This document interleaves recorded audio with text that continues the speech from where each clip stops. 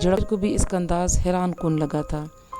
کچھ نہیں یار، آپ لوگوں نے تو بات کا بتنگڑ ہی بنا لی ہے، پلیز پہلے پیٹ پوجا پھر کام دوجا۔ اس مرتبہ وہ دونوں کی بات کا جواب دیے بغیر لوازمات سے بڑی ٹیبل کی طرف متوجہ ہو گئے تھے۔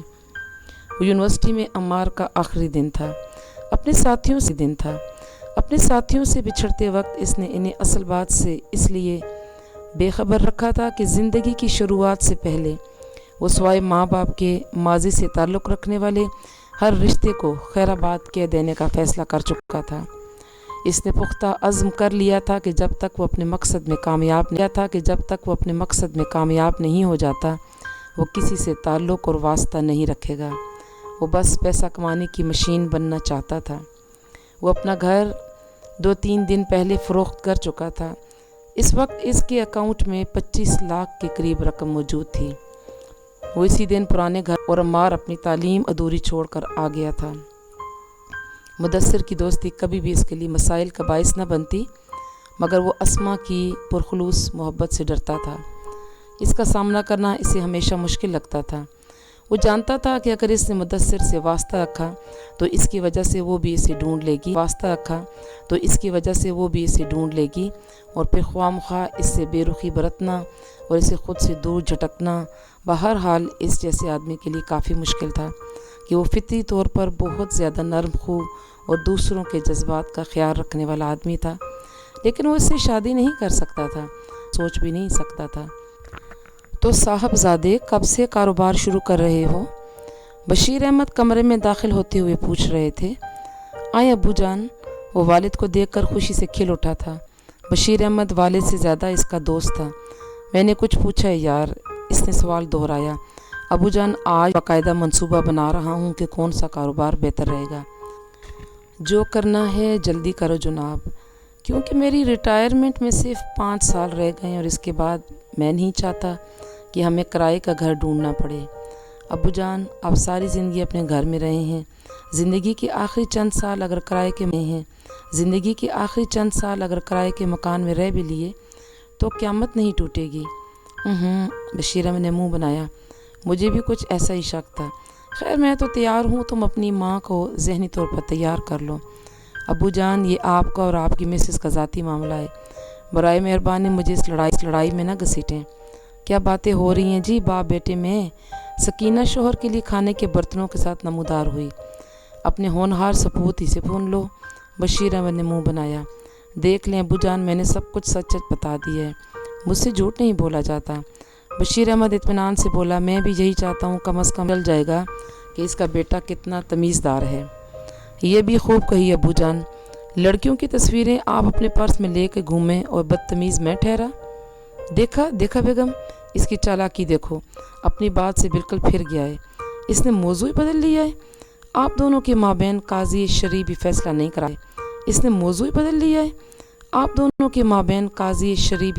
کرا سکے گا۔ میں غریب کے شمار و قطار میں ہوں۔ سکینہ شوہر کے سامنے کھانے کے برتن رکھ کر کچن کی طرف بڑھ گئی۔ برخوردار، یہ جھوٹ بلکہ بہتان تراشی کی لت کب سے پڑ گئی ہے تمہیں؟ جھوٹ کون سا ابو جان، آپ جھوٹ نہیں بول سکتا۔ اچھا بڑی بات ہے جی۔ بشیر احمد نے اچھا کی آخری الف کو کافی لمبا کھینچا تھا۔ ویسے کیا میں آپ کی معلومات سے بہرہ مند ہو سکتا ہوں کہ میرے پرس میں کس لڑکی کی تصویر ہے؟ ہاں کیوں نہیں، عمار اطمینان سے بولا۔ ذرا پرس کھول کر دیکھیں اور بتائیں کہ سرخ جوڑے میں ملبوس، سر پر سلیقے سے دوپٹہ لپیٹنے والی لڑکی کون ہے؟ دھت تیرے کی بے شرم، وہ تمہاری امی ہے۔ مجھے کب انکار ہے، یہ تو 2 + 2 4 کی طرح واضح ہے کہ آپ کی زوجہ میری امی ہی ہوں گی۔ بے شرم، وہ تمہاری حقیقی ماں ہے۔ تو کیا؟ عمار زور سے بولا۔ ابے یہ مذاق کسی دن تمہارے باپ کی جان لے لے گا، وہ رو دینے والے لہجے میں بولا۔ تمہیں نہیں پتہ اکیلے میں تمہاری ماں کتنی خون خوار ہو جاتی ہے، اس کی ظاہری شفقت اور خدمت پر نہ جانا۔ تو آپ میری پیاری امی جان کو ایسا سمجھتے ہیں؟ عمار نے ماں کو آتے دیکھ کر پینترا بدلا۔ ہم کاروبار کے بارے میں بات کر رہے تھے۔ بشیر احمد نے ایک دم موضوع گفتگو تبدیل کیا۔ عمار ہنسا۔ بڑا جلد یاد آ گیا ابو جان۔ اچھا مسخرہ پن چھوڑو اور چائے پیو، بشیر نے دبی آواز میں کہا۔ والد کو پسپا ہوتا دیکھ کر عمار نے ہنستے ہوئے چائے کا کپ اٹھا لیا۔ اسے ہنستا دیکھ کر بشیر احمد دانت پیستے ہوئے بولا، کوئی بات نہیں بیٹا، کبھی تو تمہاری شادی بھی ہوگی، آخر کب تک بکرے کی ماں خیر منائے گی؟ اس مرتبہ عمار نے کہکا لگایا۔ بشیر احمد کے چہرے پر بھی ہنسی پھیل گئی تھی۔ اب نہ زلفوں کو تیری کالی گھٹا بولیں گے، اب نہ آنکھوں کو تیری جھیل سے تشبیہ۔ نہیں بچو، اب تو کہنا پڑے گا، اتنی جلد تمہاری جان نہیں چھوٹنے والی۔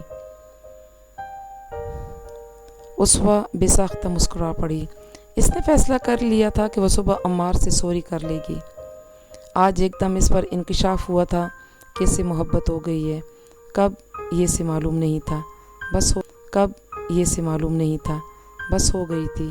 شاید پہلے دن سے ہی وہ اس سے پسند تھا، مگر اس نے کبھی اس کے بارے میں سوچنے کی زحمت گوارا نہیں کی تھی۔ وہ لاشعوری طور پر عمار کی قوت برداشت جانچتی رہی۔ آیا وہ اس کی محبت میں کتنا ثابت قدم ہے؟ وہ اس کی محبت کے بعد دستبردار نہیں ہوگا، مگر آخر میں اس کا اندازہ غلط ثابت ہو گیا۔ عمار نے اس کی محبت سے لا تعلقی کا اعلان کر دیا، اور یہ اعلان سن کر اسے محسوس ہوا کہ عمار کو اس نہج تک لانے والی وہ خود تھی۔ کسی کی توہین کی کوئی حد ہوتی ہے، کسی کو اتنا زیادہ بے عزت کرانا، اس کی غربت کا اس انداز میں مذاق اڑانے کو محبت کی آزمائش نہیں کہتے۔ ایسا تو شاید دشمنوں کے ساتھ کیا جاتا ہے۔ اب اسے عمار کو منانا تھا۔ وہ جانتی تھی کہ اس کے ہار جانے پر معذرت کرنے پر عمار اسے معاف کر دے گا۔ وہ عمار کو سوچتے سوچتے نیند کی میٹھی وادیوں میں کھو گئی۔ کیا میری سوری کہنے پر مجھے معاف کر دو گے؟ اس وقت عمار یونیورسٹی کے مخملی لان میں بیٹھا کسی کتاب کی ورق گردانی میں مشغول تھا۔ نہیں، اس نے عمار کا سر نفی میں ہلتا ہوا دیکھا، اور پھر اس کے لب واہ ہوئے۔ میں تمہیں سوری کرنے ہی نہیں دوں گا۔ سچ؟ وہ خوشی سے سرشار ہو گئی تھی۔ اس میں شبہ ہی کیا ہے؟ اور جو یہ کہا تھا اب میری آواز کو کوئل جیسا نہیں کہو گے، وہ کیا تھا؟ اس نے بے اختیار شکوہ کیا۔ میرے کہنے سے فرق ہی کیا پڑتا ہے؟ تمہاری آواز کوئل جیسی ہے، آنکھیں جھیل سے بھی گہری ہیں، چہرہ ماہ بدر سے بھی زیادہ روشن ہے، زلفیں کالی گھٹا کو شرماتی ہیں، تم ہنستی ہو تو بہار، انہیں بھلا کون جھٹلا سکتا ہے؟ وہ بے ساختہ بولی، مجھے تو فرق پڑتا ہے نا؟ اچھا یہ بات ہے، تو پھر میں اپنے سارے الفاظ واپس لیتا ہوں۔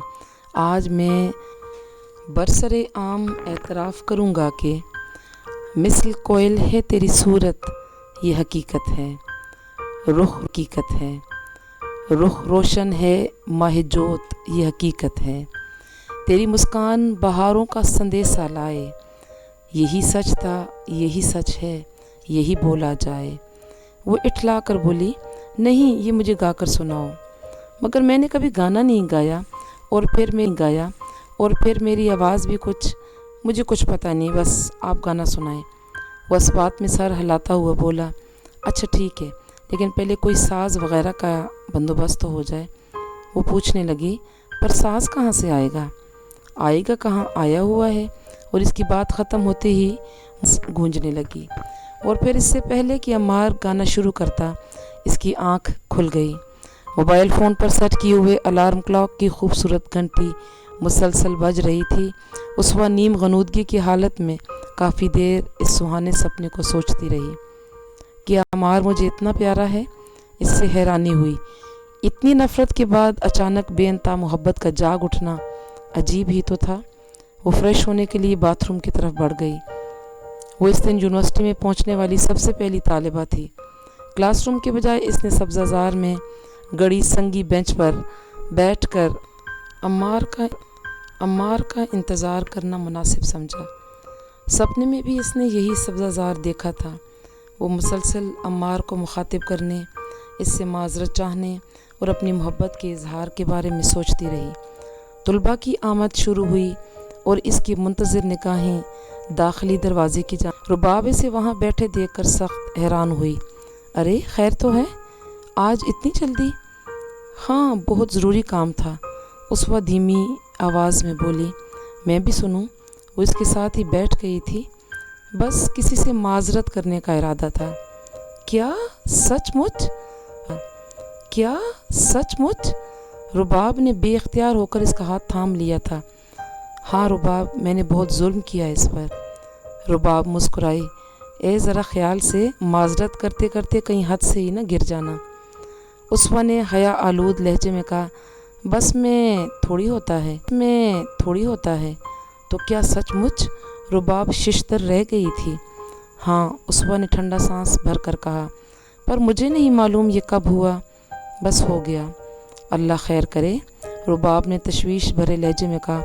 عصمہ، یہ ٹھیک نہیں ہے، یہ مبالغہ ہوگا، بس مار جانتی ہو۔ چھوڑو رباب، وہ پرانے دلائل جات کر کے مجھے شرمندہ نہ کرو۔ کون سا طبقاتی فرق؟ اگر وہ امیر ہوتا اور میں غریب تو کیا پھر بھی اس طبقاتی فرق کو دیکھا جاتا؟ نہیں نا، یقینی بات ہے وہ اپنے غریب شریک حیات کو دنیا کی ہر خوشی فراہم کرتا، تو کیا میں ایسا نہیں کر سکتی؟ شریک حیات کو دنیا کی ہر خوشی فراہم کرتا، تو کیا میں ایسا نہیں کر سکتی؟ کیا میں اپنے شریک حیات کو زندگی کی وہ آسائشیں مہیا نہیں کر سکتی؟ اس وقت تم ایک دم اتنی بدل جاؤ گی، یقین نہیں آتا۔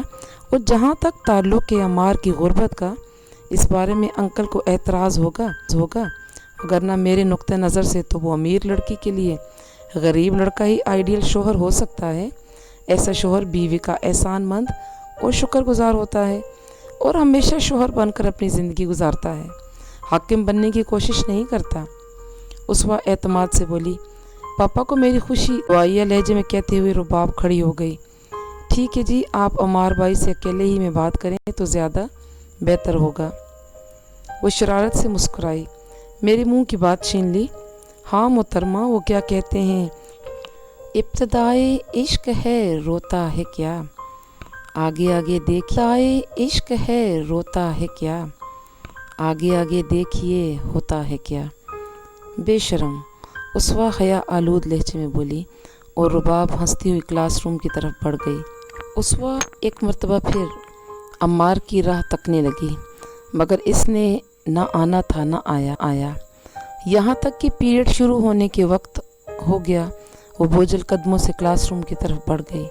شاید میری غفلت سے فائدہ اٹھا کر وہ کلاس روم میں پہنچ گیا ہو۔ امید کی کرن اس کے دل میں زندہ تھی۔ وہ آج ہی عمار کو اپنے دل کا حال کہہ دینا چاہتی تھی، مگر کلاس روم میں عمار گیا تھا۔ اس کی معذرت، اس کا اقرار محبت اور عمار کو کہنے والی تمام باتوں کو مزید 24 گھنٹے کی تاخیر برداشت کرنی پڑ رہی تھی۔ رباب اس کے چہرے پر چھائے اثرات دیکھ کر پوچھنے لگی، عصمہ، اس میں پریشانی کی کیا بات ہے؟ نہیں پریشانی کی کیا بات ہے؟ نہیں پریشانی کیسی، بس یوں ہی۔ وہ دراصل آج میں مکمل طور پر تیار ہو کر آئی تھی تو یار کہاں بھاگا جا رہا ہے وہ؟ تمہارے لیے تو گھڑے کی مچھلی ہے، جب چاہنا ہاتھ بڑھا کر پکڑ لینا۔ میرا خیال ہے اب وہ بدل گیا ہے۔ اگر میں کہوں تمہارا خیال ہے اب وہ بدل گیا ہے، اگر میں کہوں تمہارا خیال بالکل غلط ہے، پھر زیادہ خوش فہمی بہتر نہیں ہوتی۔ عصمہ کی آواز میں مایوسی تھی۔ کیا ہو گیا ہے تمہیں؟ رباب کے لہجے میں حیرانی تھی۔ لگتا ہی نہیں کہ تم وہی عصمہ ہو۔ اچھا چھوڑو یار، 2-3 دن مسلسل غیر حاضری نے عصمہ کو مجبور کیا کہ وہ مدثر سے اس کے بارے میں معلومات لے۔ خالی پیریڈ میں وہ یونیورسٹی لان میں گڑی سنگی بینچ پر بیٹھا تھا جب عصمہ کے قریب پہنچی۔ السلام علیکم مدثر بھائی۔ وعلیکم السلام۔ مدثر اسے حیرانی سے دیکھنے لگا کہ اس جیسی نک چڑی سے اتنی خوش اخلاقی صرف خواب بھی میں صادر ہو سکتی تھی۔ مدثر بھائی، ایک بات پوچھنا تھی۔ عصمہ کو اس کا حیرانی بھرا لہجہ عجب نہیں لگا تھا۔ جی پلیز۔ مدثر کی حیرانی رفع ہونے میں نہیں آ رہی تھی۔ وہ میں یہ پوچھنا چاہ رہی تھی کہ وہ یونیورسٹی کیوں نہیں آ رہا؟ عصمہ سے بات نہیں کی جا رہی تھی۔ کون؟ آپ کہیں عمار کو تو نہیں پوچھ رہی؟ اس کی حیرانی 2 چند ہو گئی تھی۔ جی بھائی۔ عصمہ کو خجالت محسوس ہو رہی تھی۔ دائیں بائیں سر ہلاتے ہوئے بولا، ویسے مجھے نہیں معلوم کہ وہ کیوں نہیں آ رہا۔ میں نے کل اسے 2-3 بار کال کرنے کی کوشش کی تھی، مگر اس کا موبائل فون نہیں ملا، بند پڑا تھا۔ اس کے گھر جا کر معلوم کر لیتے، کہیں بیمار ہی نہ پڑا ہو۔